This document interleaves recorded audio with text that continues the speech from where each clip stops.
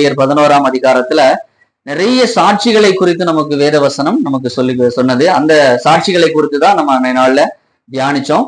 So அதோட continuity, மேகம் போன்ற திறனை சாட்சிகள் நம்மை சூழ்ந்து கொண்டிருக்க பாரமான யாவற்றையும் நம்மை சுற்றி நெருங்கி நிற்கிற பாவத்தையும் தள்ளிவிட்டு. ஹல்லேலூயா, ஹல்லேலூயா. தூங்கிடக்கூடாது. அடிக்கடி ஹல்லேலூயா எதுக்கு சொல்றோம்னா, நீங்க கவனமா இருக்கிறீங்களா அப்படின்னு பாக்குறதுக்கு தான். ஹல்லேலூயா. ஓகே, சோ நம்முடைய வாழ்க்கை, அதாவது நம்முடைய கிறிஸ்தவ வாழ்க்கை என்பது ஒரு ஓட்டம். நம்ம ரட்சிக்கப்பட்டதிலிருந்து இந்த உலகத்துல நம்முடைய வாழ்க்கை முடியுதோ அல்லது இயேசு கிறிஸ்துடைய வருகை முந்துதோ, அதுவரை நம்முடைய ஓட்டமானது தொடர்ந்து கொண்டே இருக்கிறது. அப்ப முடிவு பரியந்தம் யாரு ஓடி ஜெயிக்கிறார்களோ அவர்கள் தான் எங்க போகும் அப்படின்னா பரலோக ராஜ்யத்தை சுதந்திரித்துக் கொள்ள முடியும். ஆமென். எத்தனை பேர் விசுவாசிக்கிறீங்க? அப்போ ரட்சிக்கப்பட்ட உடனே நம்ம பரலோக ராஜ்யத்துக்கு எடுத்துக்கொள்ளப்படுறா இல்ல. சோ ரட்சிக்கப்பட்டு இந்த உலகத்துல ஒரு சில நாட்கள் நம்மை வாழும்படியாக, இந்த உலகத்துல இருந்து ஒரு சில காரியங்களை ஜெயிக்கும்படியாக கர்த்தர் இந்த உலகத்துல நம்மை வாழ வைக்கிறார். ஒரு சில குறிப்பிட்ட நாட்கள். அந்த நாட்களை யாரு ஓடி ஜெயமாய் அந்த ஓட்டத்தை ஜெயமாய் ஓடி முடிக்கிறார்களோ அவர்கள் தான் பரலோக ராஜ்யத்தை சுதந்திரித்துக் கொள்ள முடியும். ஆமென். பவுல் சொல்றாரு, என்ன சொல்றாரு? நான் நல்ல போராட்டத்தை போராடினேன், ஓட்டத்தை முடித்தேன். நல்லா சத்தமா சொல்லுங்களேன். நல்ல போராட்டத்தை போராடினேன், ஓட்டத்தை முடித்தேன். அந்த பவுல் சொன்ன வார்த்தை மாதிரி நாமளும் சொல்றதுக்கு நமக்குள்ள ஒரு என்ன இருக்கணும்னா நம்பிக்கை இருக்கணும். நம்ம ஓட்டத்தை முடிக்கும் பொழுது நாம என்ன சொல்லணும்? நல்ல போராட்டத்தை போராடினேன், இந்த எனக்கு கொடுத்த அந்த ஓட்டத்தை நான் நல்லபடியாக, அதாவது சக்சஸ்ஃபுல்லாக நான் ஓடி முடித்தேன் அப்படிங்கிற நம்பிக்கை, விசுவாசம் நமக்குள்ள இருக்க வேண்டும். ஆமென். இப்ப பொதுவாவே ஒரு ஓட்டப்பந்தயம் ஓடுறாங்க அப்படின்னா ஏதாவது பாரத்தை சுமந்துட்டு ஓட முடியுமா?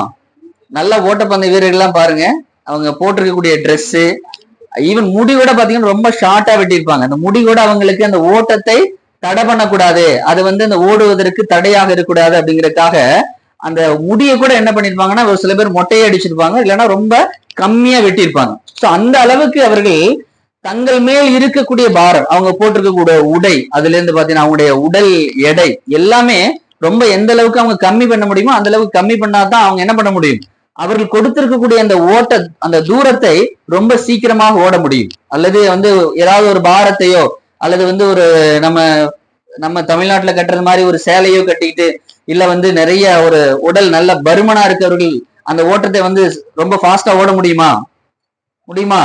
முடியாது. ஏன் அப்படின்னா அவர்கள் அந்த பாரம் அவர்களை அந்த ஓட்டத்தை ஓடுவதற்கு ஒரு தடையை உண்டு பண்ணும். அல்லேலூயா.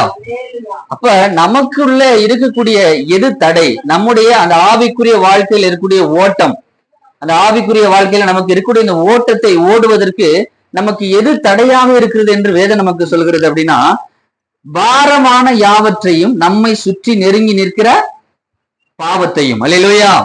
ரெண்டு விஷயத்தை குறித்து இந்த இடத்துல வேதம் சொல்லுகிறது. நம்மை சூழ்ந்து கொண்டிருக்கிற பாரமான யாவற்றையும், நம்மை நெருங்கி நிற்கிற பாவத்தை என்ன பண்ண சொல்லுது வேதம்? தள்ளிவிட சொல்லுகிறது. ஆமென். அப்ப இதை நம்ம தள்ளிவிட்டா மட்டும்தான் நமக்கு கொடுக்கப்பட்டிருக்கூடிய இந்த ஓட்டமாகிய பரலோக ராஜ்யத்தை நாம் சுதந்திரித்துக் கொள்வதற்கு இந்த உலகத்துல நமக்கு கொடுக்கப்பட்டிருக்க அந்த நம்ம ஓட்டத்தை ஓடி முடிப்பதற்கு நம்மளால என்ன பண்ண முடியும்னா அதை சக்சஸ்ஃபுல்லா ஓடி முடிக்க முடியும். இல்லையா? இப்ப நம்ம இங்க அவினாசில பஸ் ஏறுறீங்க, கோயம்புத்தூர், டிக்கெட் எடுத்தாச்சு, ஒரு லக்கேஜ் உங்க கையில ஒரு 50 கிலோ வெயிட் கொண்டு போறீங்க, ஒரு 50 கிலோ வெயிட். அப்ப கண்டக்டர் ஆட்டோமேட்டிக் என்ன பண்ணுவான்? அதுக்கு லக்கேஜ் டிக்கெட், அதுக்கு டிக்கெட் வாங்குவான். ஆனாலும் நம்ம என்ன பண்றோம் அப்படின்னா, டிக்கெட்டும் வாங்கிட்டீங்க, உங்களுக்கு டிக்கெட் வாங்கியாச்சு, லக்கேஜுக்கு டிக்கெட் வாங்கியாச்சு, அந்த பாரத்தை என்ன பண்றீங்கன்னா இப்பவும் நீங்க தலையிலே சுமந்துட்டு இருக்கிறீங்க. அதனால ஏதோ பிரயோஜனம் இருக்கா? அப்ப நீங்க டிக்கெட் வாங்கியாச்சு, அப்ப அந்த சுமையை சுமப்பதற்கு நீங்க ஆல்ரெடி டிக்கெட் வாங்கிட்டீங்க. அந்த சுமையை யார் சுமந்துட்டு போக முடியும்? அந்த பஸ் என்ன பண்ண முடியும்? அந்த பஸ் நீங்க கீழே வச்சா போதும், அந்த பஸ் நீங்க எங்க போய் ரீச் ஆகணுமோ அது வரையும் அந்த சுமையை கொண்டு போய் சேர்த்துரும். அல்லேலூயா. அது போலதான் நம்மளுடைய வாழ்க்கையில நமக்கு இருக்கக்கூடிய அந்த சுமைகள், நமக்கு இருக்கக்கூடிய பாரத்தை சுமப்பதற்காக நமக்கு ஒருவர் இருக்கிறார். யார் அது? நல்ல கரங்களை வைத்து சொல்லுங்களேன். இயேசு. அல்லேலூயா. இயேசு நம்முடைய பாவங்களை, நம்முடைய பாரங்களை எல்லாமே எங்க சுமந்துட்டார்? ஆல்ரெடி. நல்லா சத்தமா சொல்லுங்க. சிலுவையிலே நம்மளுடைய எல்லா பாரத்தையும் அவர் சுமந்துட்டார். அப்ப நாம் இந்த ஓடக்கூடிய ஓட்டத்துல இப்படிப்பட்ட மீண்டும் அவர் சுமந்த பாரத்தை இல்ல விடுங்க, நான் சுமந்துக்கிறேன் அப்படின்னு நம்ம என்ன பண்றோம்? அநேக நேரங்கள்ல நாம் அவர் சுமக்க வேண்டிய சுமையை நாம சுமந்து கொள்வதனால நாம் ஓடக்கூடிய ஓட்டம் என்ன பண்ணுதுன்னா தடைபடுகிறது. நம்மளால ஒரு சக்சஸ்ஃபுல்லான ஒரு ஓட்டத்தை ஓட முடியல. அந்த பாரம் நம்ம என்ன பண்ணுதுன்னா நம்முடைய ஓட்டத்தை தடை பண்ணுகிறதாக. ஒரு சில பேருக்கு பாத்தீங்கன்னா எத்தனை பேர் பின்மாற்றம் அடைஞ்சு போயிடுறாங்க. எத்தனை பேர் என்ன பண்றாங்க? கர்த்தரை விட்டு வழி விலகி மீண்டும் தாங்கள் விட்டு வந்த அந்த விக்கிரகத்தை வணங்கும்படியாக எத்தனை பேர் பின்மாற்றம் அடைஞ்சு போறாங்க. அப்போ அவர்களுக்கு எதெல்லாம் தடையாக இருக்கிறதுனா, இயேசு சுமக்க வேண்டிய அல்லது இயேசு ஆல்ரெடி சிலுவையிலே சுமந்து விட்ட பாரத்தை நாம் மீண்டும் மீண்டும் நானே சுமந்துக்கிறேன் அப்படின்னு இயேசுவை விட்டு விலகி அந்த பாரத்தை நம்ம என்ன பண்றோம்னா நான் சுமந்துறேன் அப்படின்னு சொல்லிட்டு நாம் ஏற்றுக்கொள்வதனால நம்மளால அந்த இயேசு நமக்காக நியமித்திருக்கூடிய இந்த ஓட்டத்தை நம்மளால சக்சஸ்ஃபுல்லாக ஓடி முடிக்க முடியவில்லை. அல்லேலூயா. அப்ப இயேசு நம்முடைய பாரங்களை சுமக்கிறார். ஆமென். இயேசு நம்முடைய பாரங்களை சுமக்கிறார். அப்ப எப்படி நமக்கு வரக்கூடிய அந்த பாரம் எப்படிப்பட்ட ஒரு சூழல் வந்தாலும் என்னால என்ன பண்ண முடியலன்னா அதை விட்டு வழி விலகி அந்த பாரத்தை விட்டு வழி விலகி போக முடியல. அப்படித்தானே? நம்ம குடும்பத்துல ஒரு பிரச்சனை வருது, ஒரு போராட்டம் வருது அப்படின்னா என்னால அந்த பாரத்தை விட்டு வெளியில வர முடியல. அந்த பாரம் என்னை ரொம்ப அழுத்துது, என்னுடைய மனசுல பாரமாக இருக்கிறது. அது இயேசு என்னுடைய சுமந்துட்டார் அப்படிங்கிறத என்னால என்ன பண்ண முடியலன்னா உணர முடியல. அப்படித்தானே? எனக்காக ஒருத்தர் அதை சிலுவையில சுமந்துட்டார் அப்படின்னு நான் விசுவாசிச்சேன் அப்படின்னா அந்த பாரம் என்னை சுமத்தாது. அந்த பாரம் என்னை கனப்படுத்தாது, என்னுடைய இருதயத்தை பாதிக்காது. அல்லேலூயா. புரியுங்களா? எனக்காக ஒருத்தர் என்னுடைய பாரம் அது எப்பேற்பட்ட பாரமாக இருக்கட்டும், குடும்பத்துல பிரச்சனையா இருக்கலாம், சூழ்நிலையா இருக்கலாம், தேவைகளா இருக்கலாம், எப்பேற்பட்ட பாரமாக இருந்தாலும் அது இயேசு ஆல்ரெடி சுமந்து விட்டார். அல்லது எனக்காக சுமப்பதற்காக ஒருத்தர் கூட இருக்கிறார். ஆல்ரெடி நான் பஸ்ல ஏறிட்டேன், டிக்கெட் வாங்கிட்டேன், அந்த பஸ் அந்த சுமையை சுமந்து கொள்ளும் அப்படிங்கிற ஒரு உணர்வோ அல்லது விசுவாசமோ உங்களுக்குள்ள இருந்துச்சு அப்படின்னா அந்த பாரம் உங்களை கடினப்படுத்தாது, உங்க மனசை என்ன பண்ணாது, பாரப்படுத்தாது. அல்லேலூயா. அப்ப அந்த பாரத்தை விட்டு நான் எப்படி வெளியில வர்றது? அப்ப வேதம் எனக்கு சொல்லுது, அந்த எனக்குள்ள பாரத்தை, எனக்கு வரக்கூடிய அந்த பாரத்தை என்ன சொல்லுது வேதம்? தள்ளிவிட சொல்லுது. எனக்கு வரக்கூடிய பாரத்தை வேதம் தள்ளிவிட சொல்லுது. அப்ப எப்படி நான் தள்ளி விடுறது? அந்த எனக்கு என்ன நெருடுது. நமக்குள்ள ஒரு பிரச்சனை வந்துருச்சுன்னு வச்சுங்களேன், அந்த பிரச்சனை நம்முடைய மனசு பாரம் ஆயிடுச்சுன்னா நம்மளால ஜெபிக்க முடியுமா? நம்மளால ஒரு மனசுல முழு இருதயத்தோடு, வேதம் சொல்லுகிறது முழு இருதயத்தோடு, முழு பலத்தோடு, முழு ஆத்மாவோடும் உன் தேவனாகிய கர்த்தரிடத்துல அன்பு கூற வேண்டும். அந்த அன்பு கூறுவதற்கு எது தடையாக இருக்குது அப்படின்னா நமக்கு வரக்கூடிய பாரம். அல்லேலூயா. எனக்கு ஒரு போராட்டம் வந்துருச்சு, எனக்கு ஏதோ ஒரு மனசு அழுத்தக்கூடிய ஒரு பாரம் வந்துருச்சு அப்படின்னா கண்டிப்பாக சொல்றேன், அந்த சூழ்நிலையில உங்களால முழு மனசோடு தேவனை தேடவே முடியாது, தேவனிடத்துல அன்பு கூற முடியாது, உங்களால ஜெபிக்க முடியாது. முதல்ல உங்களுக்கு தடை எது வரும்னா ஜெபம் தான். அழகா என்ன பண்ணிருங்க, போய் ஐயோ ரொம்ப கஷ்டமா இருக்கு அப்படின்னு சொல்லிட்டு என்ன பண்ணிடுவோம், போய் அழகா படுத்து தூங்கிடுவோம். நம்மளால ஜெபிக்க முடியும். முதல் தடையே பாத்தீங்கன்னா நமக்கு ஜெபத்துக்கு தடை வரும். அடுத்து பாத்தீங்கன்னா எத்தனையோ பேர் இப்படி போராட்டங்கள் வரும்போது ஞாயிற்றுக்கிழமை ஆராதனை கூட வராம இருக்கிறவங்களா ஒரு சில பேர் இருக்காங்க. அல்லேலூயா. அப்ப நம்மளுடைய விசுவாச வாழ்க்கையை, தேவனோடு இருக்கக்கூடிய அந்த நெருக்கத்தை, தேவனோடு இருக்கக்கூடிய அந்த சஞ்சரிக்கக்கூடிய அந்த அனுபவத்தை தடை செய்யக்கூடியது எது அப்படின்னா நம்மளுடைய பாரம். ஆமென். அல்லேலூயா. அப்ப அந்த பாரத்தை தள்ளி விடுவதற்கு நிறைய வழிகள் இருக்கிறது. அதுல ஒரு சில வழிகளை மாத்திரம் இன்னைக்கு நம்ம என்ன பார்க்க போறோம், இல்ல ஒரு சிலங்கிறத விட ஒரே ஒரு வழியை மட்டும் நம்ம இப்ப பார்க்க போறோம். ஒரு சில வழிகள் அப்படின்னா தேவனால அந்த பாரத்தை நம்மளை விட்டு விளக்க முடியும் அப்படிங்கிறது விசுவாசம் ஒண்ணு. ரெண்டாவது, தேவனுடைய அபிஷேகத்தை நம்ம பெற்றுக்கொள்ளும் பொழுது நமக்குள்ளே வரக்கூடிய அந்த பாரத்தை நம்மளால விளக்க முடியும். மூன்றாவது காரியம் என்ன அப்படின்னா தேவனுடைய வார்த்தை, தேவனுடைய வசனம் நமக்குள்ள வரக்கூடிய அந்த பாரத்தை நம்ம விட்டு விளக்கும். எத்தனை பேர் விசுவாசிக்கிறீங்க? அல்லேலூயா. தேவன் கொடுக்கக்கூடிய வார்த்தை, தேவன் கொடுக்கக்கூடிய வார்த்தை. எத்தனை பேருக்கு வாக்கு தத்தம்னா ரொம்ப பிடிக்கும் இல்லையா? ரொம்ப பிடிக்கும். வருஷத்துல முதல் நாள் வாக்கு தத்தம் கொடுக்குறாரு, மாசத்துல முதல் நாள் வாக்கு தத்தம் கொடுக்குறாரு. இன்னைக்கு யூடியூப் எல்லாம் எடுத்துட்டீங்கன்னா டெய்லி வாக்கு தத்தம் வந்துட்டே இருக்கு.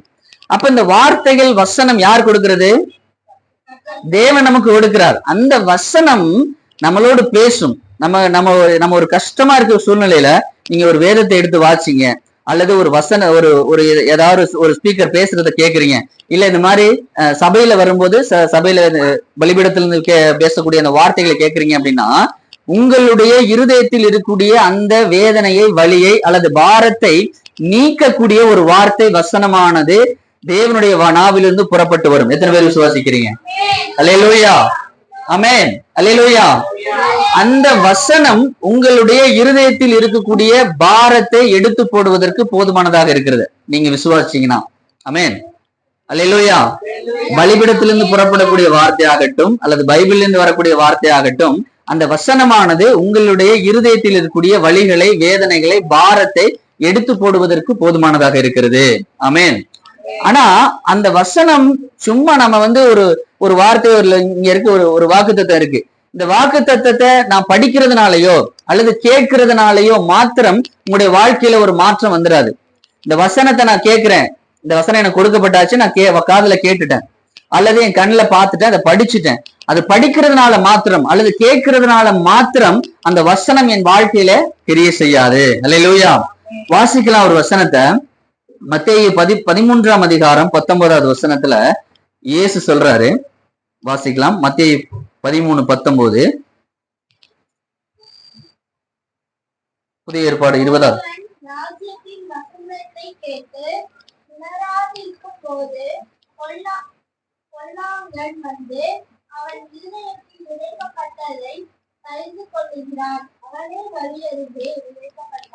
இந்த இடத்துல பாத்தீங்கன்னா இயேசு கிறிஸ்து ஒரு உவமையை சொல்லுகிறார். தன்னுடைய சீஷர்கள் அங்க இருக்கிறாங்க, அநேக ஜனங்கள் அங்க இருந்து காத்துட்டு இருக்காங்க.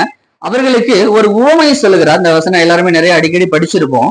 அந்த இடத்துல ஒரு விதை விதைக்கிறவனை குறித்த ஒரு உவமை அந்த இடத்துல சொல்லப்படுகிறது. ஒருவன் ராஜ்யத்தின் வசனத்தை கேட்டும் உணராது இருக்கும் பொழுது பொல்லாங்கான் வந்து அந்த இருதயத்தில் விதைக்கப்பட்டதை பறித்துக் கொள்கிறான் என்று வேத வாக்கியம் நமக்கு சொல்லுகிறது. ஆமென், அல்லேலூயா.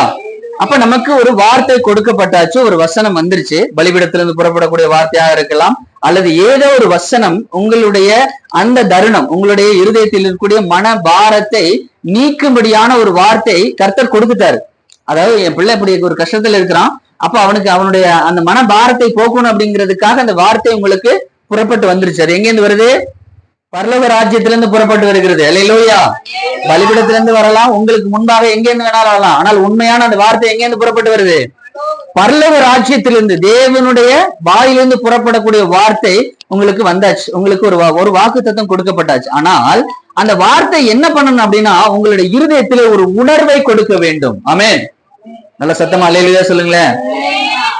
அந்த வார்த்தை உங்களுடைய இருதயத்திலே ஒரு உணர்வை கொடுக்க வேண்டும்.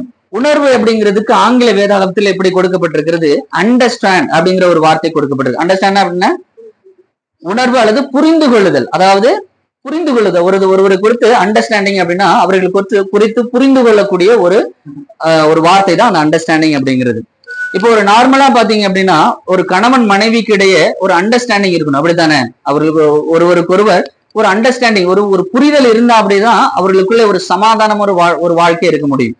அதே போலதான் ஒரு விதை ஒரு மண்ணுல போடப்படுகிறது அப்படின்னா அந்த விதைக்கும் அந்த மண்ணுக்கும் இடையே ஒரு புரிதல் வேண்டும். அல்லேலூயா.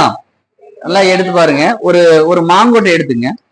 ஒரு மாங்கொட்டை எடுத்துட்டீங்க அப்படின்னா அந்த கொட்டை அப்படிங்கிறது எப்படின்னா அந்த ஓடு ரொம்ப ஸ்ட்ராங்கா இருக்கும், அப்படித்தானே? விதையை பார்த்திருக்கீங்களா? மாம்பழத்தை பார்த்ததே இல்லையா? அந்த கொட்டை எப்படி இருக்கும்? அந்த ஓடு மேல இருக்க ஓடு ரொம்ப ஸ்ட்ராங்கா இருக்கும். அந்த ஓட்டை பிரிச்சிங்க அப்படின்னா உள்ள பாத்தீங்கன்னா ஒரு சின்ன விதை இருக்கும். அதுதான் முளை விட்டு வெளியில வரக்கூடியது. அதாவது மாங்கன்றா வெளியில அந்த முளைச்சு வர்றது அப்படின்னா அந்த உள்ள இருக்கிறது ஒரு சின்ன கொட்டை, அது ரொம்ப சாஃப்டா இருக்கும். அதை சுற்றி அந்த ஓடு இருக்கும், ஓடுன்னு சொல்லுவாங்க அந்த விதை. அதை சுற்றிதான் அந்த மாங்காயா அல்லது மாம்பழம் அப்படிங்கிறது இருக்கும். அப்போ ஒரு விதையை கொண்டு போய் நம்ம மண்ணுல போடும் பொழுது, ஒரு மாங்கொட்டையை நம்ம மண்ணுல போடுறோம். அந்த மண்ணுல போடும் பொழுது அந்த மண்ணுக்கும் அந்த விதைக்கும் ஒரு அண்டர்ஸ்டாண்டிங், ஒரு புரிதல் ஏற்பட வேண்டும். அதாவது அந்த மாங்கொட்டையில் இருக்கக்கூடிய அந்த ஹார்டான பகுதி மக்குனாதான், அதாவது செத்தால் ஒழிய அந்த விதையானது, அது உள்ள இருக்கக்கூடிய அந்த விதையானது முளைச்சு வெளியில வராது. எத்தனை பேர் புரியுது? அல்லேலூயா. அந்த மேல அந்த விதை மேல இருக்கக்கூடிய அந்த ஓடு பகுதி மக்கணும், மண்ணோடு மக்கி அந்த மண்ணும் அந்த ஓட்டு பகுதியும் இணைந்து அதுல இருந்து வரக்கூடிய இந்த உரம், அதுல இருந்து வரக்கூடிய சத்தை கொண்டுதான் அந்த உள்ள இருக்கக்கூடிய இந்த விதையானது முளைத்து மேல ஒரு மாங்கன்றாக வெளியில வருகிறது. அல்லேலூயா. ஒரு அண்டர்ஸ்டாண்டிங், ஒரு உணர்வு. அந்த விதைக்கும் மண்ணுக்கு எப்படி ஒரு உணர்வு ஏற்படுகிறதோ, அந்த விதைக்கும் மண்ணுக்கு எப்படி ஒரு உணர்வு ஏற்படுகிறதோ அதே போலதான் நாம் பெறக்கூடிய வாக்கு தத்தமானது, ஒரு வசனமானது நம்முடைய இருதயத்திலே ஒரு உணர்வை கொண்டு வர வேண்டும். ஆமென், அல்லேலூயா. அந்த வசனம் நம்முடைய இருதயத்திலே ஒரு மாற்றத்தை அல்லது ஒரு உணர்வை கொண்டு வந்தா மாத்திரம்தான் அது உங்க வாழ்க்கையில அது கிரியை செய்யும். ஆமென். ஒரு சங்கீதத்துல சங்கீதம் 14:2 தேவன் இப்படி சொல்றாரு, வாசிக்கலாம். சங்கீதக்காரன் தாவீது சொல்றாரு 14:2, சங்கீதம் 14:2,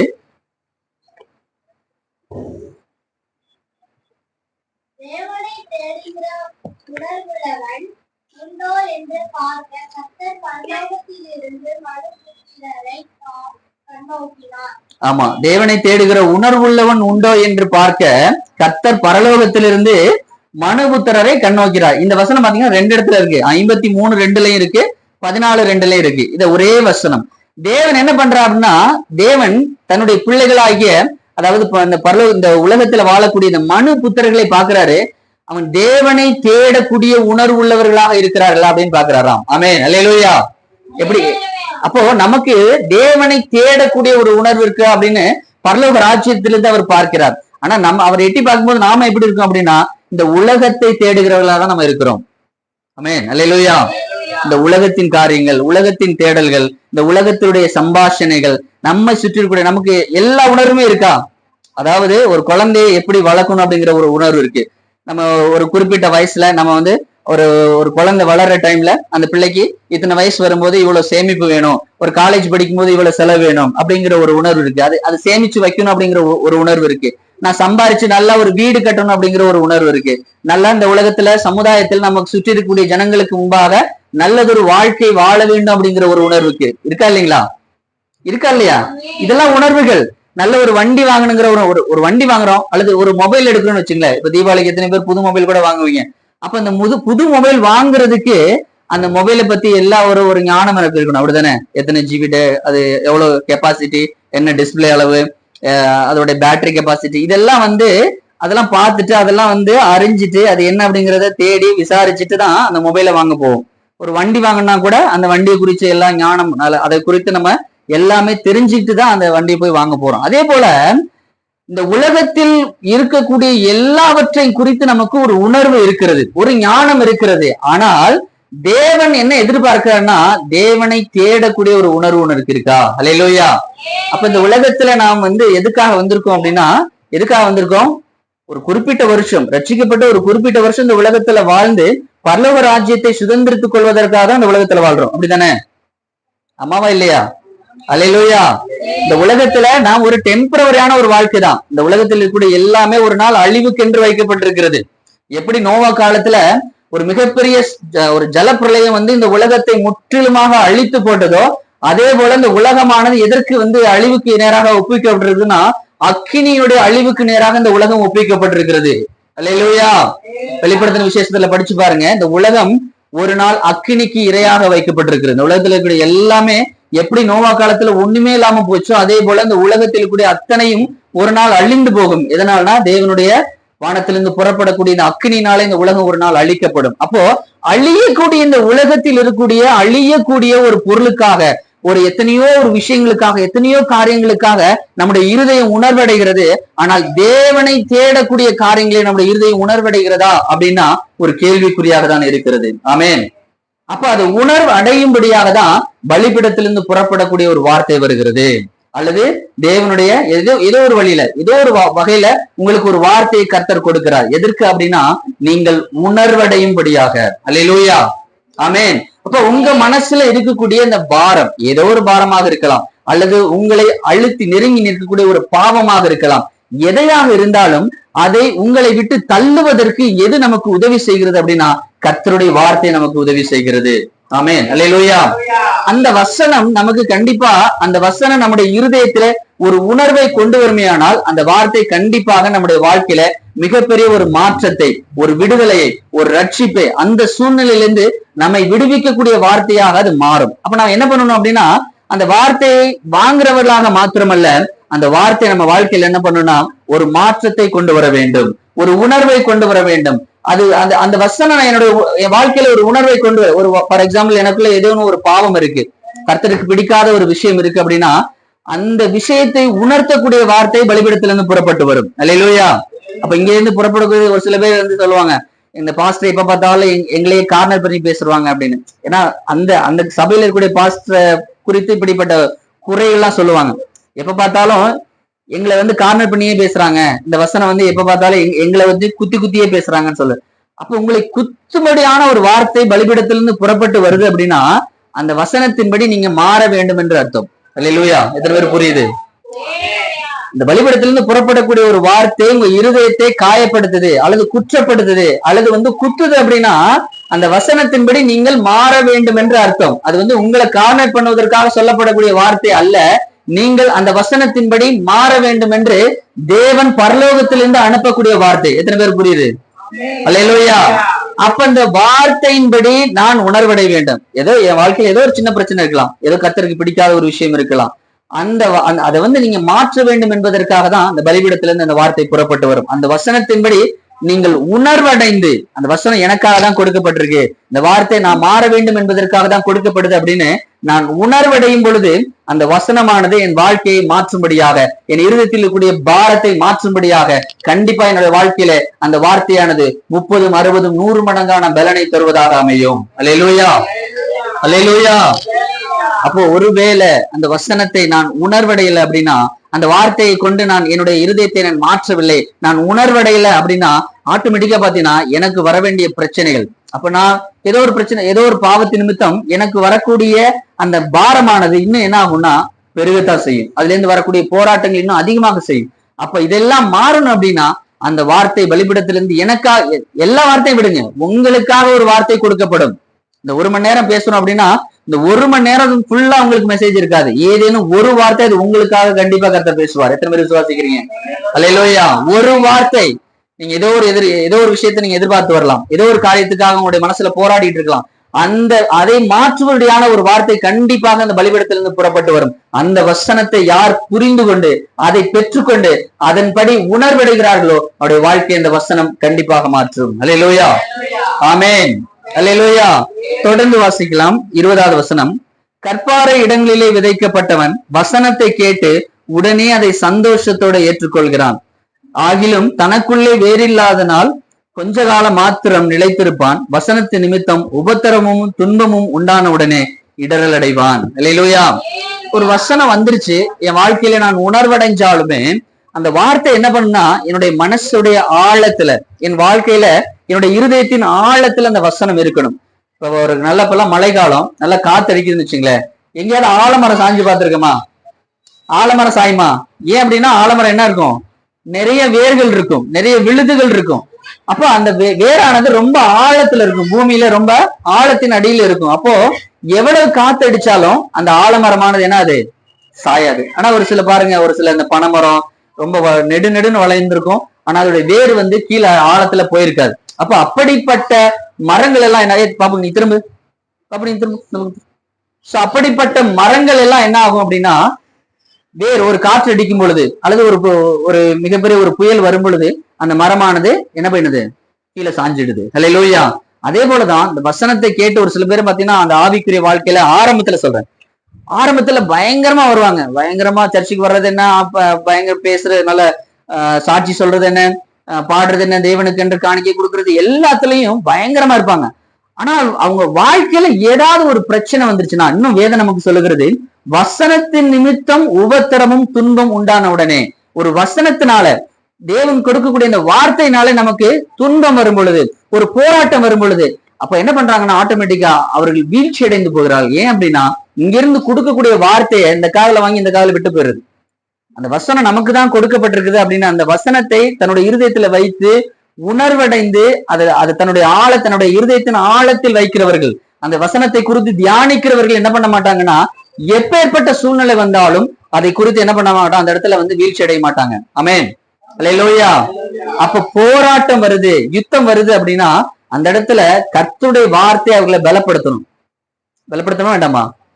அந்த வார்த்தை இருந்தா தானே பலப்படுத்தணும்.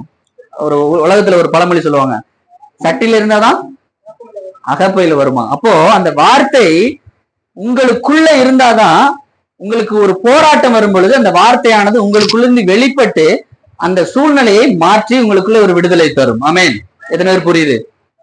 கொடுக்கப்பட்ட பலிபீடத்திலிருந்து புறப்படக்கூடிய வார்த்தை உங்களுடைய இருதயத்திலே உணர்வடைவதோடு மாத்திரமல்ல, அந்த வார்த்தையானது உங்களுக்குள்ளே இருக்க வேண்டும். சும்மா நம்ம நியூஸ் பேப்பர் படிக்கிற மாதிரி ஒரு வசனத்தை படிச்சுட்டு இந்த வாங்கி விட்டுட்டு போறதுனால அந்த வார்த்தை உங்க வாழ்க்கையில கிரியை செய்யாது.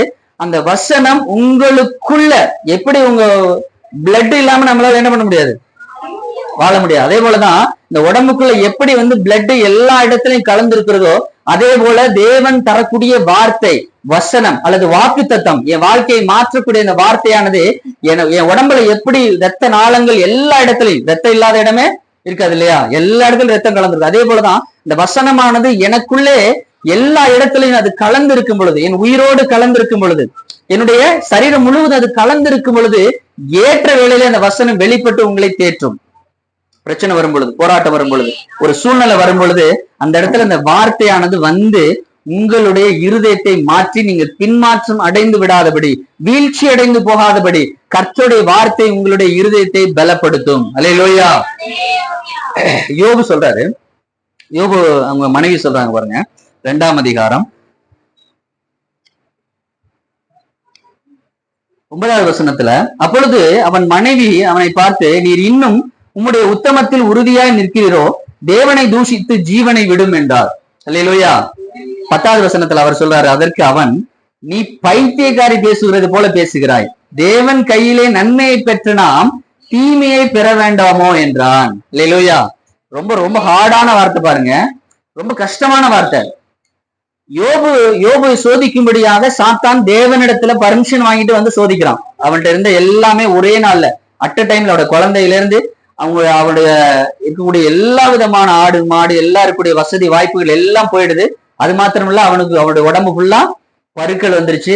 அவன் அவன் வேலைக்காரன், அவன் சொந்த வேலைக்காரன் கூட இவன் கூப்பிடுறத செவி கொடுக்க மாட்டேங்கிறாங்க. அந்த அளவுக்கு ஒரு கீழ்த்தரமான ஒரு இடத்துக்கு அவன் போயிட்டான். அப்ப எல்லாருமே அவங்களை விட்டு போயிட்டாங்க. இருக்கிறது அவரும் அவங்க மனைவி மட்டும்தான், 2 பேரும் தான் இருக்கிறாங்க. அந்த மனைவி என்ன சொல்றான்னா, அவனை யோபு காயப்படுத்துறாங்க. என்ன சொல்றாங்க, நீ என்ன பண்ற, உன்னுடைய ஜீவனை விடு, தேவனை தூஷித்து ஜீவனை விடு அப்படின்னு சொல்றாங்க. இதை விட ஒரு மோசமான ஒரு மனைவி தன்னுடைய கணவனை திட்டவே முடியாது. அப்படித்தானே, நீ செத்துப்போ அப்படின்னு சொல்றான். அப்ப அந்த வார்த்தையை கேட்கும் பொழுது இவன் மனசு உடையில திரும்ப பேசுறான், என்னடி பைத்தியக்காரி மாதிரி நீ பேசுற, தேவனுடைய கையில நம்ம என்ன பெற்றிருக்கோம், நன்மையை பெற்றிருக்கோம். இத்தனை வருஷம் இவ்வளவு கொடுக்கப்பட்ட அத்தனை ஆசீர்வாதங்களை யார் கொடுத்தது, தேவன் நமக்கு கொடுத்திருக்கிறார். பிள்ளைகளை கொடுத்தது கர்த்தர், நம்ம கொடுத்த ஆசீர்வாதங்களை கொடுத்தவர் கர்த்தர். அப்ப இத்தனை நன்மைகளை பெற்ற நாம், தேவனுடைய கையிலிருந்து அந்த நன்மைகளை நம்ம பெற்றிருக்கோம். அந்த நன்மையை பெற்ற நாம் என்ன பண்ணக்கூடாது, இவைகளை எல்லாவற்றையும் நன்மை பெற்று நாம் தீமையும் பெற வேண்டாமோ. அப்ப தேவனிடத்துல நன்மை பெற்றிருக்கோம், அவரிடத்துல என்ன பெற வேண்டாமோ. இந்த வார்த்தையை சொன்னா யாராவது சர்ச்சுக்கு வருவோமா? இன்னைக்கு மோஸ்ட்லி ஜனங்கள் எதுக்காக ஆலயத்துக்கு வர்றாங்கன்னா ஆசீர்வாதத்துக்கு தான் வர்றாங்க. அப்படித்தானே, அநேக ஜனங்கள் தேவனை தேடுகிறார்களோ இல்ல, தேவன் தரக்கூடிய ஆசீர்வாதத்தை தேடிதான் இன்னைக்கு அநேக பேர் ஆலயத்துக்கு வர்றாங்க. அப்படித்தானே, அல்லேலூயா. நாம அப்படி இல்லை, அப்படித்தானே, நீங்க நம்மளாம் அப்படி கிடையாது, நம்மளாம் தேவனை தேடுகிறவர்கள். அப்ப அப்படி வரக்கூடியவர்களை பார்த்து, நீ இத்தனை வருஷம் நன்மையை பெற்றுட்ட, போன வாரம் நீ நிறைய நன்மையை வாங்கிட்ட, போன வாரம் நம்ம நிறைய போனஸ் எல்லாம் வாங்கியிருக்கிறீங்க, அது கர்த்தர் கொடுத்த போனஸ். அப்படித்தானே, அம்மாவா இல்லையா, ஓனர் கொடுத்ததா இல்ல, அல்லேலூயா, கர்த்தரால் கொடுத்த அந்த ஆசீர்வாதம். அப்ப இந்த வாரம் நீங்க வாங்கின போனஸ்ல கொஞ்சம் செலவு, கொஞ்சம் ஏதாவது ஒரு ஹாஸ்பிட்டல் செலவு, அப்ப கர்த்தரே உங்களுக்கு ஒரு தேவையில்லா ஒரு செலவை கொண்டு வராரு அப்படின்னு ஒரு வார்த்தை இங்கிருந்து வந்துச்சுன்னா நம்ம ஏற்றுக்கொள்ள முடியுமா? முடியாது இல்ல, கஷ்டமா இருக்கு. கர்த்தரிடத்துல நன்மை வாங்குவதற்காக மாத்திரமல்ல, அவரிடத்துல தீமையை பெற்றுக் கொள்வதற்கும் யோபு தயாரா இருந்தான். அல்லேலூயா.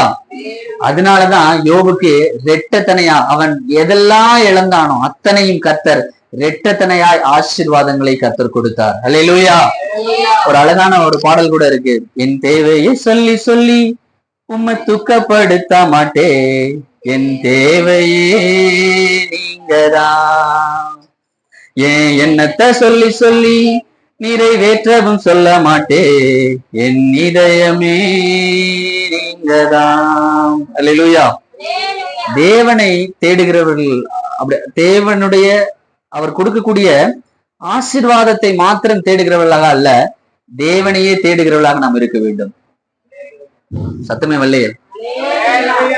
தேவன் தரக்கூடிய ஆசீர்வாதத்தை அல்ல, தேவனை தேடுகிறவர்களாக நாம் இருக்க வேண்டும். தேவன் வந்துட்டு அவர் கொடுக்கக்கூடிய எல்லா ஆசீர்வாதமும் யாருக்கு? தேவனே நம்ம கூட இருந்தா அவர் அவர் தரக்கூடிய எல்லா நன்மைகளும், அவர் தரக்கூடிய எல்லா ஆசீர்வாதங்களும் யாருக்கு போய் சேரும்?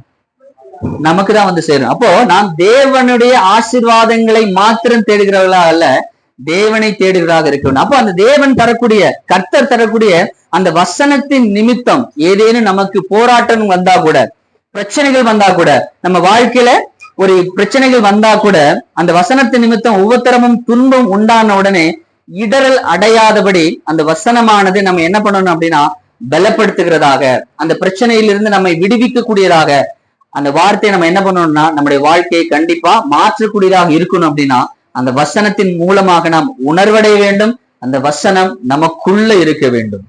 ஆமென், அல்லேலூயா.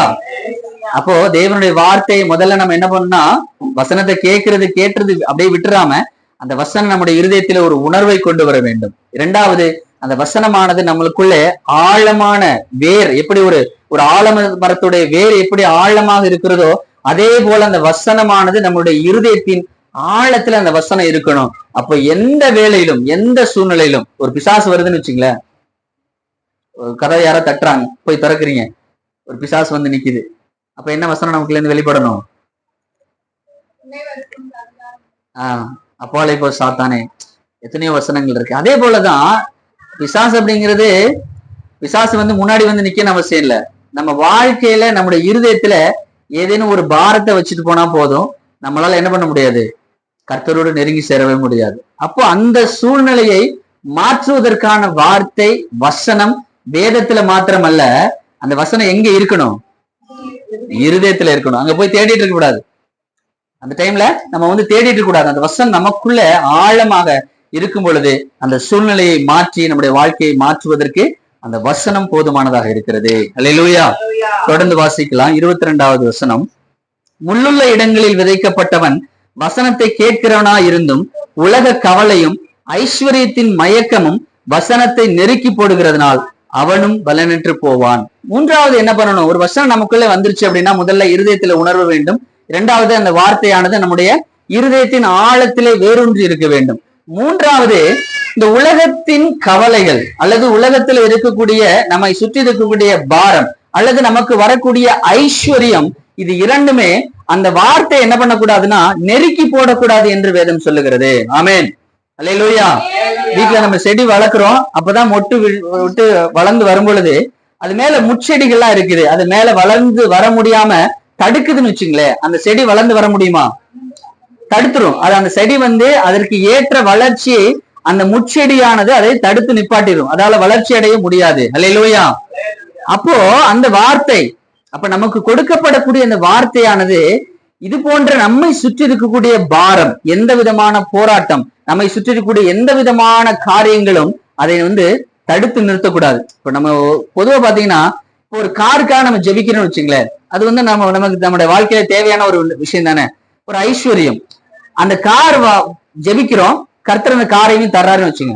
அப்ப தந்த உடனே அந்த காரை வந்து வாங்கிட்டு சண்டை எடுத்துட்டு நம்ம ஜாலியா ஊட்டிக்கு டூர் போயிடக்கூடாது. கர்த்தர் கொடுக்கக்கூடிய ஆசீர்வாதம் எதுக்காக அப்படின்னா கர்த்தரை உயர்த்தும்படியாக. அல்லேலூயா. முன்னாடி வந்து நம்ம ஃபேமிலியோட வர்றதுக்கு ரொம்ப கஷ்டப்பட்டிருப்போம்னு வச்சுங்க. டூ வீலர்ல வந்துட்டு இருப்போம், 4 பேர் இருப்பாங்க, அந்த ஃபேமிலி கரெக்டா வந்து ரொம்ப சிரமப்பட்டு வருவாங்க, மலையில நனைஞ்சிட்டு வருவாங்க.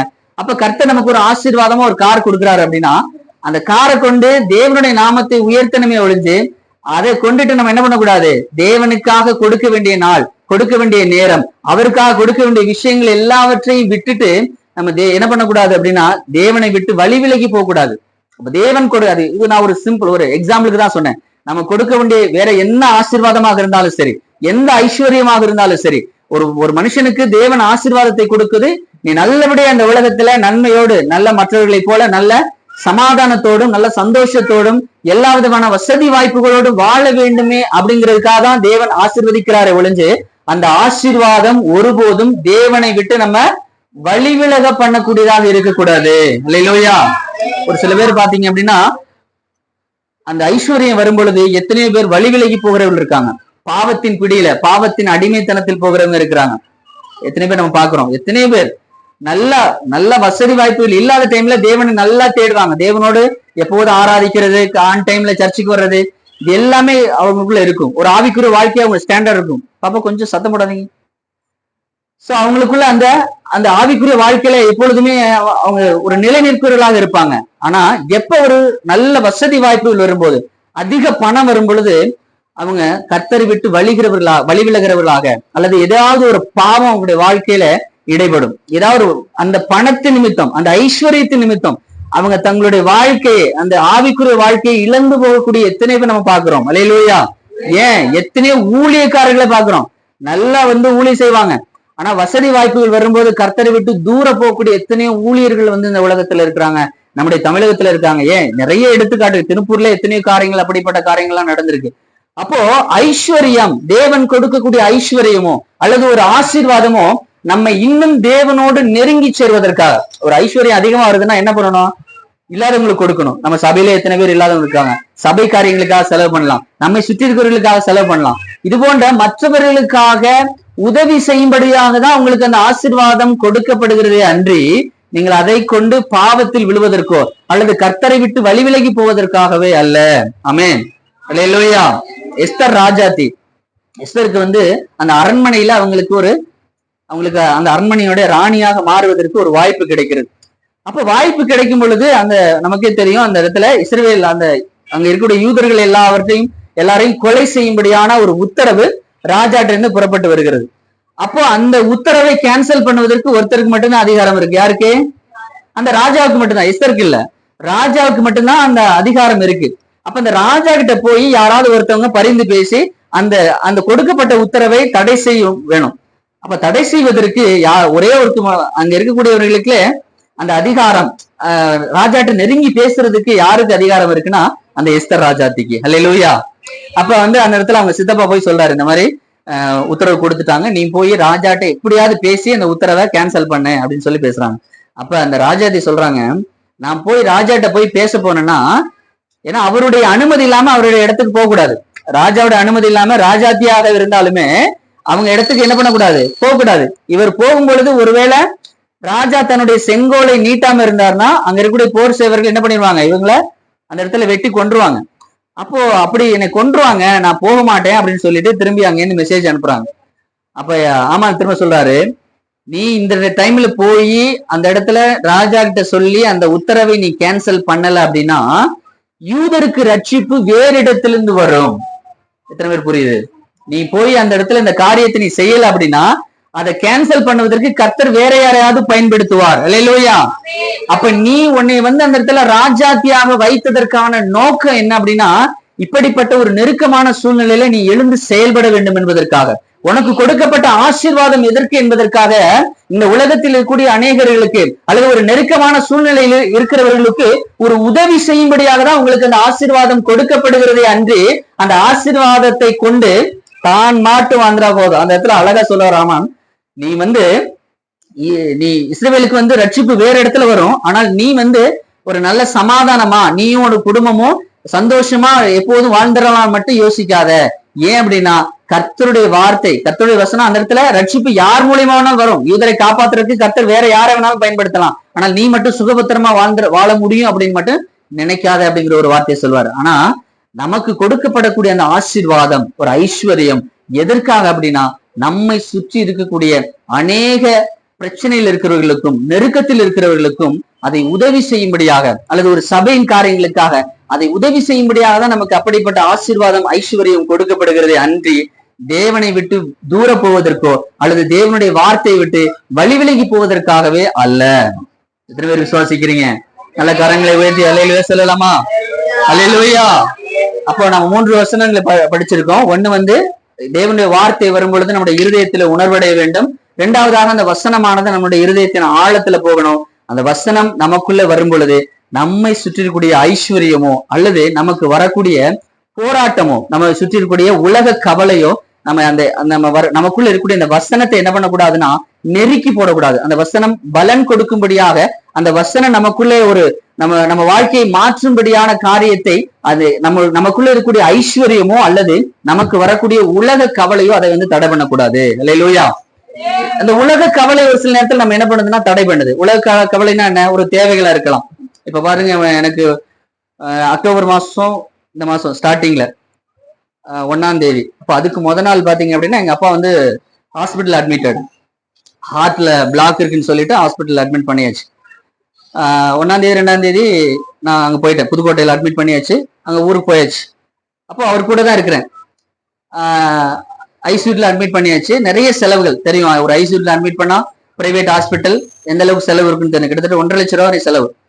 எனக்கு பஸ்ஸுக்கு மட்டும் தான் செலவு பணம் இருக்கு. நான் போய் ரீச் ஆயிட்டேன், ஆனா என் கையில சுத்தமா பணமே கிடையாது. நாங்க அண்ணன் தம்பி 3 பேர் இருக்கோம். யாராவது ஒருத்தவங்க அதை செலவு பண்ணணும். அப்ப நான் தேவனிடத்துல ஒரே ஒரு வார்த்தை தான் சொன்னேன், இந்த தேவைகள் எல்லாவற்றையும் சந்திப்பதற்கு கர்த்தர் போதுமானவரா இருக்கிறீர். அல்லேலூயா. இது எல்லா தேவைகள் ஹாஸ்பிட்டல்ல முடிஞ்சு எங்க அப்பா வீட்டுக்கு போற வரையும் என்ன செலவோ அத்தனை தேவைகளையும் கர்த்தர் சந்திப்பதற்கு நீங்க போதுமானவரா இருக்கிறீர் அப்படிங்கிற ஒரே ஒரு ஜெபத்தை மட்டும் தான் பண்ணிட்டு நான் பாட்டுக்கு எங்க அப்பா கூடவே இருந்தேன். கூடவே இருந்து ஜெபிக்க ஆரம்பிச்சேன். ஆட்டோமேட்டிக்கா எல்லா தேவைகளையும் சந்திச்சு கிட்டத்தட்ட 1.5 லட்சம் ரூபாய் செலவு, எல்லா தேவைகளையும் கர்த்தர் நேர்த்தியா செம்மையா சந்திச்சார். அல்லேலூயா. சோ நம்மளுடைய வாழ்க்கையில ஒரு தேவைகள் வருது அப்படின்னா உடனே வந்து நம்ம யாரை தேடுவோம் அப்படின்னா இந்த உலகத்தில் இருக்கக்கூடிய மனுஷர்களை தான் நம்ம தேடுவோம். யாராவது கொடுப்பாங்களா, இப்ப நம்ம யாராவது ஏற்கனவே உதவி செஞ்சிருப்பாங்க, அப்படிப்பட்டவர்களை தேடிதான் நம்முடைய இருதயம் போகும். அப்படித்தானே? ஆமாவா இல்லையா? ஆமாவா இல்லையா? ஆமா. நமக்கு ஒரு தேவை வருது அப்படின்னா உடனே நம்முடைய இருதயமோ அல்லது நம்முடைய சிந்தனையோ யார் நமக்கு தருவா அப்படிங்கிறத நோக்கி போக கூடாது. எங்க போகணும்னா தேவனிடத்துல போகணும். எத்தனை பேர் புரியுது? நம்முடைய இருதயம், எனக்கு ஒரு தேவை இருக்கு அப்படின்னா உடனே நம்முடைய இருதயம் எங்க போகணும்னா தேவனிடத்துல போகணும். உடனே நீங்க மண்டிட்டு, அப்பா ஆண்டவரே எனக்கு இப்படி ஒரு தேவை இருக்கு, இதை சந்திப்பதற்கு கர்த்தர் போதுமானவரா இருக்கிறேன், நீங்க சந்திங்கப்பா, இந்த தேவையை நீங்க சந்திங்க சொல்லுங்க, கண்டிப்பா அந்த தேவையை சந்திப்பார். அதுக்கு முன்னாடி 2 மாசத்துக்கு முன்னாடி பாத்தீங்கன்னா என்னோட தங்கச்சி பொண்ணா திடீர்னு ஏஜ் அட்டர்மெண்ட், அதுக்கு அப்படி பாத்தீங்கன்னா பெரிய செலவு, கிட்டத்தட்ட 1 லட்சம் ரூபாய்க்கு மேல செலவு. அப்போ என் கையில சுத்தமா பணம் இல்லை. அப்பவும் அதே தான் ஜெபம் பண்ணேன், ஆண்டவரே இவ்வளவு பெரிய தேவை இருக்கு, எனக்கு இந்த தேவைகளை சந்திங்க அப்படின்னு சொல்லி ஜெபம் பண்ணேன். ஆட்டோமேட்டிக்கா அந்த பணம் அவங்களே ஒருத்தவங்க கால் பண்ணி அவங்களே தர வேண்டிய பணம் தான், ஆனாலும் அவங்களே கூப்பிட்டு என் அக்கௌண்ட்ல டிரான்ஸ்பர் பண்ணி நாங்க அந்த பணம் ரெடி ஆயிடுச்சு எடுத்துங்க அப்படின்னு சொல்லி சொன்னாங்க. அல்லேலூயா. அப்போ எல்லா தேவைகள் இது இது நான் வந்து சின்ன சொல்லக்கூடிய ஒரு சின்ன சின்ன எக்ஸாம்பிள். உங்க வாழ்க்கையிலும் கண்டிப்பா இப்படிப்பட்ட சூழ்நிலையில கடந்து போகாதவர் யாருமே இருக்க மாட்டீங்க. அல்லேலூயா. ஏன்னா குடும்பத்துல தேவைகள் அனுதினமும் நம்ம என்ன பண்றோம், எல்லா தேவைகள் வந்துட்டே தான் இருக்கு. அப்போ அந்த தேவைகளை குறித்து நாம கஷ்டப்படுறதோ அல்லது व्यसனப்படுறதோ அல்லது வந்து ஐயோ இப்படி இவ்வளவு பெரிய தேவை இருக்குது சொல்லிட்டு நம்ம ஜெபிக்காம இருக்கிறதோ, தேவனை விட்டு தூர போகிறதோ இல்லாம இந்த தேவைகளை சந்திப்பதற்கு என் தெய்வம் போதுமானவரான்னு சொல்லிட்டு உங்களுடைய பாரத்தை அவற்றை வச்சுட்டு நீங்க ஜெபம் பண்ணா போதும், கண்டிப்பா அந்த தேவையை சந்திப்பதற்கு கர்த்தர் போதுமானவரா இருக்கிறார். அல்லேலூயா. இதுக்கு என்ன வேணும்? இதுக்கு என்ன வேணும்? விசுவாசம் வேணும். கண்டிப்பா அந்த தேவையை சந்திப்பார் அப்படிங்கிற விசுவாசம் வேணும். நமக்கு வந்து விசுவாசம் எங்க போகும்னா மனுஷரிடத்துல தான் போகும். இந்த இவ்வளவு பணம் எனக்கு வேணும், இதை கொடுக்கறதுக்கு இவர் முடியுமா, அவர் முடியுமா, அவங்க முடியுமா, இல்ல இவங்க ஆகாது அப்படின்னு நம்ம மனுஷரை குறித்து தான் நம்ம யோசிச்சுட்டு ஒழிஞ்சு அந்த மனுஷர்களை விட என் தெய்வம் பெரியவர் அப்படிங்கிற ஒரு சிந்தனை நமக்கு எப்ப வருதோ, அல்லேலூயா, மனுஷன் எனக்கு உதவி செய்வான் அப்படிங்கிற சிந்தனையை விட்டுட்டு அதை விட என் தெய்வம் பெரியவர், அவர் கர்த்தர் பெரியவர், தேவைகளை என் தேவன் சந்திப்பார் அப்படிங்கிற ஒரு விசுவாசமும் சிந்தனையும் எப்ப நமக்குள்ள வருதோ அப்பவே கர்த்தர் நம்முடைய வாழ்க்கையில கிரியை செய்வார். கர்த்தர் கொடுத்த வார்த்தை நம்முடைய இருதயத்துல கண்டிப்பா கிரியை செய்யும். நல்ல கரங்களை உயர்த்தி அல்லேலூயா சொல்லுங்களேன். அல்லேலூயா. அப்போ நமக்கு நெருக்கம் வரும் பொழுது, போராட்டங்கள் வரும்போது, இன்னைக்கு காலையில 3 மணிக்கு நான் எந்திரிச்சு உட்கார்றேன், மனசுல ஃபுல்லா பாரம், கண்ணுல கண்ணீர் தண்ணி, அழுறேன், என் வாயில வார்த்தையே வரல. நான் சொன்ன 2 வார்த்தை, டேடி, 2வது அப்பா. அந்த வார்த்தை கூட வாயில இருந்து முழுசா வரமாட்டேங்குது. அவ்வளோ கண்ணில இருந்து அழுக, என்னோட மனசு ஃபுல்லா பாரமா இருக்கு. ஆண்டவரே வேற வார்த்தையே எனக்கு வரல. இந்த 2 வார்த்தையை நான் திரும்ப திரும்ப சொல்றேன், டேடி, அப்பா அப்படிங்கிற அந்த வார்த்தை மட்டும்தான் என் வாயில இருந்து வருது. என்னால ஜெபிக்க கூட முடியல. அப்படியே ஒரு தேவனுடைய பிரசன்னம் மேலேருந்து கீழே வரையும் அப்படியே ஒரு மகிமை, அப்படியே ஒரு தென்றல் காற்று அடிச்சா அப்படி இருக்கும். உங்க மனசு அப்படியே ஒரு தென்றல் காற்று உங்க மேல வந்து வீசினா எப்படி இருக்கும், அந்த மாதிரி மேலேருந்து உச்சந்தல்ல இருந்து உள்ளங்கால் வரை அவர் அப்படியே ஒரு மகிமை அப்படியே மேலேருந்து கீழே இறங்குனுச்சு. என் மனசுல இருந்த பாரத்தை அப்படியே எடுத்துட்டு போயிட்டாரு. அல்லேலூயா. அப்ப நமக்குள்ள வரக்கூடிய ஒரு பாரத்தை கூட அது என்ன எப்பேற்பட்ட ஒரு போராட்டமாக இருந்தாலும் சரி, மனசுல பாரமாக இருந்தாலும் சரி, நம்முடைய தேவைகளா இருந்தாலும் சரி, நம்மளுடைய இருதயம் எங்க போகணும் அப்படின்னா தேவனுடைய சமூகத்தை நோக்கி போக்கணும். தவிர இந்த உலகத்தில் இருக்கக்கூடிய மனுஷனால உங்களுக்கு எந்த விதமான ஆறுதலையும் சொல்லவே முடியாது. அது கணவனா கூட இருக்கலாம், மனைவியா கூட இருக்கலாம், பிள்ளைகளா இருக்கலாம், பெற்றோர்களா இருக்கலாம், யாராலையும் சரி. இந்த உலகத்தில் இருக்கக்கூடிய மனுஷனால உங்களுடைய பாரத்தையோ உங்களுடைய தேவைகளையோ சந்திப்பதை விட என் தேவனிடத்தில் நீங்கள் அதை ஒப்பு கொடுக்கும் பொழுது என் தெய்வம் எல்லாவற்றையும் சந்திப்பதற்கு என் தெய்வன் போதுமானவரா இருக்கிறார். அல்லேலூயா. நல்ல கரங்களை வைத்து அல்லேலூயா சொல்லுங்களேன். அப்போ அந்த தேவைகள் எதுவாக இருந்தாலும் சரி, பாரம் எதுவாக இருந்தாலும் சரி, உங்களுடைய இருதயத்துல இருக்கக்கூடிய அந்த தேவன் கொடுத்த ஆல்ரெடி கொடுத்த வாக்கு தத்துவம். இப்ப அந்த இடத்துல ஒரு வார்த்தை வெளிப்படணும் அப்படின்னா ஏற்கனவே அந்த வசனம் என்ன இருக்கணும்? உங்களுக்குள்ள ஆல்ரெடி உணர்வு பூர்வமா இருக்கணும், வேறொன்று இருக்கணும். அந்த வசனம் ஏற்ற வேளையில வெளிப்படணும். அந்த வெளிப்படக்கூடிய வசனத்தை இந்த உலகத்தின் காரியங்கள், இந்த உலகத்தின் பாரம், இந்த உலகத்தின் தேவைகள், இந்த உலகத்தில் இருக்கக்கூடிய ஐஸ்வர்யம் எதுவும் அதை நெருக்கி போடக்கூடாது. அந்த வசனம் உங்களுக்குள்ள இருக்கக்கூடிய இந்த வார்த்தையை வசனத்தை நெருக்கி போட்டுச்சு அப்படின்னா அந்த வார்த்தை உங்களுக்குள்ள இருந்து வெளிப்படாது. அப்ப அந்த வசனம் வெளிப்படாதபடி இந்த உலகத்தில் இருக்கக்கூடிய எல்லா காரியங்களையும் தள்ளி விட்டுட்டு அந்த காரியத்தை தேவனுடைய சமூகத்துல வைக்கும் பொழுது, தேவனை தேடும் பொழுது, அந்த தேவன் என்ன பண்றாரு அப்படின்னா உங்களுக்குள்ள இருக்கக்கூடிய தேவைகளாக இருக்கட்டும், உங்களுக்குள்ள இருக்கக்கூடிய நெருக்கமாக இருக்கட்டும், அந்த சூழ்நிலை மாற்றி. இன்னைக்கு எத்தனை பேர் ஏன் கர்த்தருடைய பிள்ளைகளே பாத்தீங்க அப்படின்னா ஒரு பிரச்சனைகள் வரும் பொழுது யார் மனுஷல தேடி போறாங்க. ஒரு சில பேர் பாத்தீங்க அப்படின்னா தேவையில்லாத காரியங்களை கூட செய்யறவர்கள்லாம் இன்னைக்கு இருக்கிறாங்க. அந்த சூழ்நிலையை மாற்ற முடியாது. அந்த மனசுல பாரத்தை போக்குறதுக்காக எத்தனையோ தவறான வழியில ஒரு பாவத்தின் காரியத்துல விழுந்து போகக்கூடிய கிறிஸ்தவர்கள் இருக்காங்க.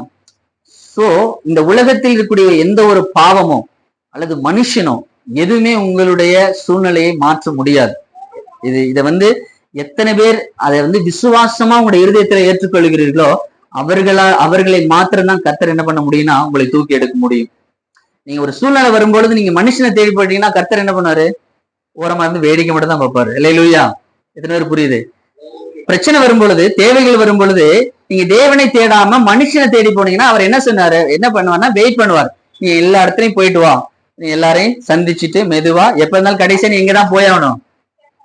ஒண்ணுமே முடியல, கடைசியா நம்ம எங்கதான் போவான்? எல்லா இடத்துலயும் சுத்தி அடிச்சுட்டு கடைசியா பாஸ்டர் போன் பண்ணுவான். அப்பா எனக்கு இந்த மாதிரி ஒரு பிரச்சனை இருக்கு, எனக்காக என்ன பண்ணுங்க, ஜெபம் பண்ணுங்க. எனக்கு ஒரு வியாதி வந்துருச்சு, எனக்கு ஒரு பலவீனம் வந்துருச்சு, ஒரு போராட்டம் வந்துருச்சு.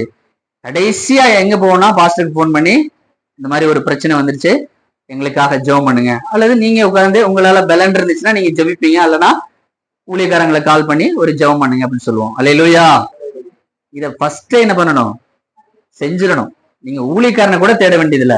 தேவ சமூகத்துல அரைக்கதவை சாத்திட்டு உங்களுடைய கணவன் வேண்டாம், மனைவி வேண்டாம், பிள்ளைகள் வேண்டாம், யாரு வேண்டாம், உங்களுடைய இருதயத்தில் இருக்கக்கூடிய அந்த பிரச்சனைய கதவை சாத்திட்டு தேவனிடத்துல உட்காருங்க. உங்களால பேசக்கூட முடியாது, உங்களுடைய கண்ணுல இருந்து கண்ணீர் மட்டும்தான் வரும். அந்த கண்ணீரை கூட கண்டு உங்களுடைய இருதயத்தில் இருக்கக்கூடிய வேதனைய, வலிய, தேவைகளை அதை அப்பவே நிறைவேற்றுவதற்கு என் தெய்வம் போதுமானவர் இருக்கிறார். எத்தனை பேர் விசுவாசிக்கிறீங்க? நல்ல கரங்களை உயர்த்தி அல்லேலூயா சொல்லுங்களேன். அல்லேலூயா. அப்போ தேவனுடைய வார்த்தையானது நம்மை சுற்றி நெருங்கி நிற்கிற பாவத்தையும், நம்மை பாரப்படுத்தக்கூடிய காரியங்களையும் நம்மை விட்டு விலக்குவதற்கு தேவனுடைய வார்த்தையானது நமக்கு போதுமானதாக இருக்கிறது. அப்ப இந்த வார்த்தையை நாம் கேட்கிறவர்களாக மாத்திரமல்ல, படிக்கிறவர்களாக மாத்திரமல்ல, பார்க்கிறவர்களாக மாத்திரமல்ல, அந்த வசனத்தை கேட்டு அந்த இருதயத்தில் நாம் உணர்வடைய வேண்டும். இரண்டாவதாக அந்த வார்த்தையானது, வசனமானது நம்முடைய இருதயத்தின் ஆழத்துல போகணும். அந்த வேரூன்றி நம்முடைய இருதயத்தை முழுவதையும் நிரப்பணும். இருதயத்தை மாத்திரமல்ல, அந்த வசனம் எப்படி இருக்குன்னா நீங்களும் வசனத்தையும் பிரிக்க முடியாதா இருக்கணும். எத்தனை புரியுது? ஒரு உடம்பையும் ரத்தத்தையும் எப்படி பிரிக்க முடியாதோ அந்த மாதிரி ஒரு சொல்லுவாங்க, ஊனையும் உடுக்க அந்த எலும்போட மஜ்ஜை அந்த கார்னர் பகுதியில பாத்தீங்கன்னா இருக்கும். அந்த ஆட்டுக்கடையில எல்லாம் சப்பி சாப்பிடும்ல, அந்த மஜ்ஜைன்னு சொல்லுவாங்க. அதே மாதிரி நம்முடைய உடம்பையும் வசனத்தையும், நம்முடைய இருதயத்தையும் வசனத்தையும், நம்முடைய உணர்வையும் வசனத்தையும் பிரிக்க முடியாத அளவுக்கு அந்த வசனமானது நம்மளோடு பின்னி பிணைந்து நம்முடைய வாழ்க்கையில கலந்திருக்குமே. ஆனால் அந்த வசனம் எப்பேற்பட்ட நம்ம வாழ்க்கையில சூழ்நிலைகள் வந்தாலும் அந்த வசனத்தை என்ன பண்ண முடியாதுன்னா அதை நெருக்கி போட முடியாது. அந்த வசனமானது நம்முடைய வாழ்க்கையில வளர்ந்து வளர்ச்சி அடைந்து அதன் ஏற்ற காலத்துல 30, 60, 100 நம்முடைய வாழ்க்கையில அந்த வசனமானது பலன் கொடுக்கும். எழுந்து நிக்கலாமா? எழுந்து நிக்கலாம்.